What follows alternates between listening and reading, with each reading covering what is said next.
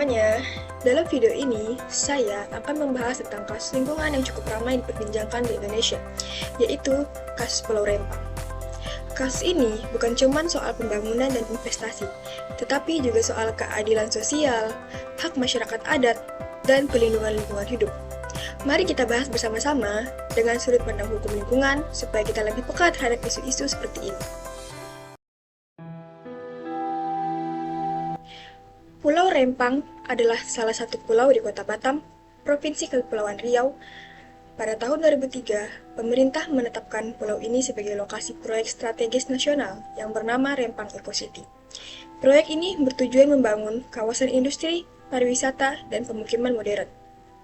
Namun, dalam prosesnya, proyek ini menimbulkan kontroversi, yaitu salah satunya karena rencana relokasi 16 kampung adat Melayu yang sudah puluhan tahun menetap di sana. Banyak masyarakat adat yang menolak karena yang pertama, merasa tidak pernah diajak bicara sebelumnya. Yang kedua, takut kehilangan tanah warisan dan tempat tinggal. Yang ketiga, dan khawatir alam tempat mereka hidup akan rusak. Selain penggusuran, ada juga kekhawatiran soal kerusakan lingkungan, seperti penebangan hutan mangrove, pencemaran laut akibat aktivitas industri, ancaman terhadap keanekaragaman hayati yang menjadi bagian penting ekosistem pulau tersebut. Nah, dari sisi hukum lingkungan, kasus ini menimbulkan beberapa permasalahan yang serius. Permasalahan yang pertama adalah administratif. Proyek sebesar ini seharusnya melalui proses yang ketat, termasuk AMDAL atau analisis mengenai dampak lingkungan. Tapi ternyata proyek ini berjalan meski dokumen AMDAL belum final.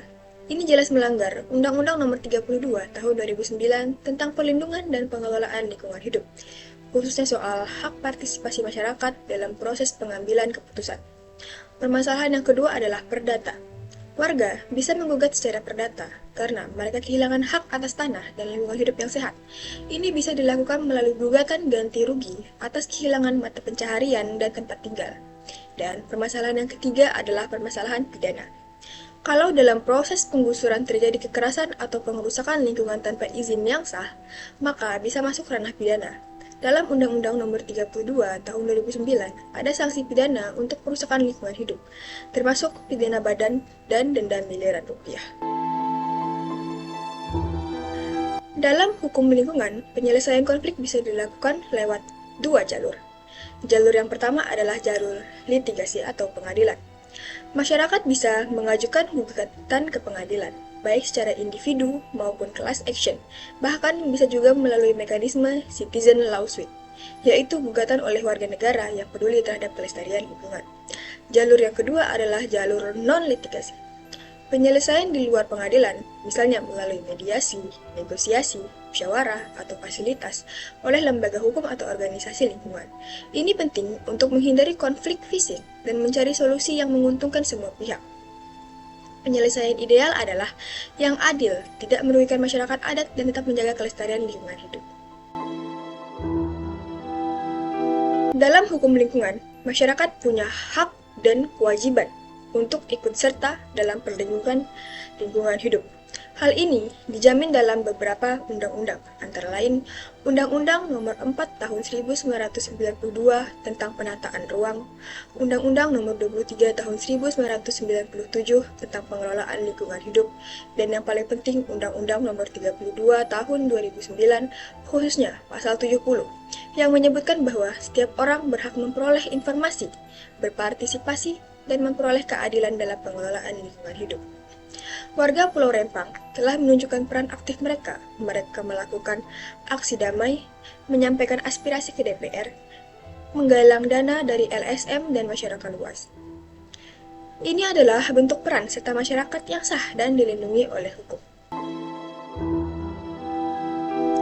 Dalam Undang-Undang Nomor 32 Tahun 2009, ada beberapa asas penting yang seharusnya menjadi pedoman dalam setiap kebajikan pembangunan, terutama seperti di Pulau Rempang ini. Asas yang pertama adalah asas kehati-hatian.